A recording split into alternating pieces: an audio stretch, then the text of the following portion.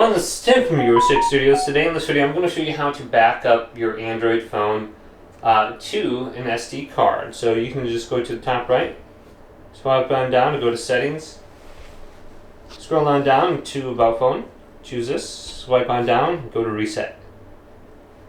There's an option in here to back up to storage device, and then we can just choose our SD card. So this will back up in our entire phone, our call logs, all our messages, everything that we did. So if our phone ever gets lost or deleted, we can just bring it to another phone with our SD card.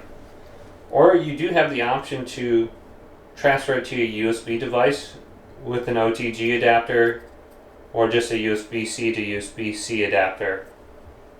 And then you can plug that in, just format this to EXFAT, and you should be good. Hopefully this video did indeed help you out. If it did, leave a big thumbs up.